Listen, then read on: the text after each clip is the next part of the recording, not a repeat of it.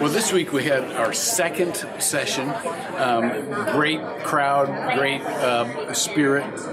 This was the lesson, though. It came out of Luke chapter 2, where Jesus, as a 12-year-old, goes to Jerusalem.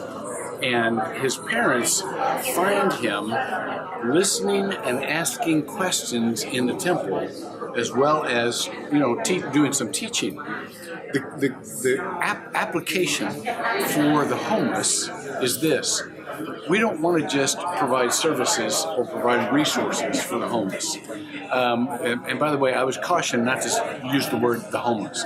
They're people who are homeless. So I'm catching and correcting myself for the first time right in front of the camera here. We want to listen to their story because one of the main healing dynamics in any circumstance is the sense that you're understood, that you're appreciated, that you're respected, and that your story has dignity. And so what I wanted to teach all of us is that in the midst of working with people who are homeless, that we need to, first of all, listen to their story, not rush to offer what we can. Can you use this? What do you need?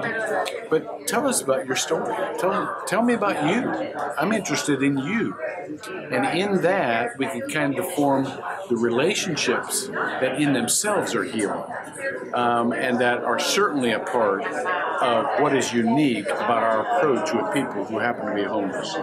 Lots of people offer resources. There are a lot of helping agencies, but very few people have the time to stop and to listen and to be interested. The faith community has that time and should take that advantage before we ever offer any other service or help. And that's what we learned from Jesus, to listen and ask questions and form relationships. Now, there are a lot of us helping, and so I want you to hear another voice before we conclude this. We were asked a great question this evening about why Community Resource Network focuses on families, homeless families, as opposed to individuals. One of the reasons for this is that most of the individuals who are living on the street have the ability to access government funding and the programs through the agencies that receive HUD money. Unfortunately, the vast majority of the families that we know are homeless in our Tri-County area do not qualify or fit the criteria for government-funded assistance. And these are the families that we feel that the faith community are best positioned to be able to serve.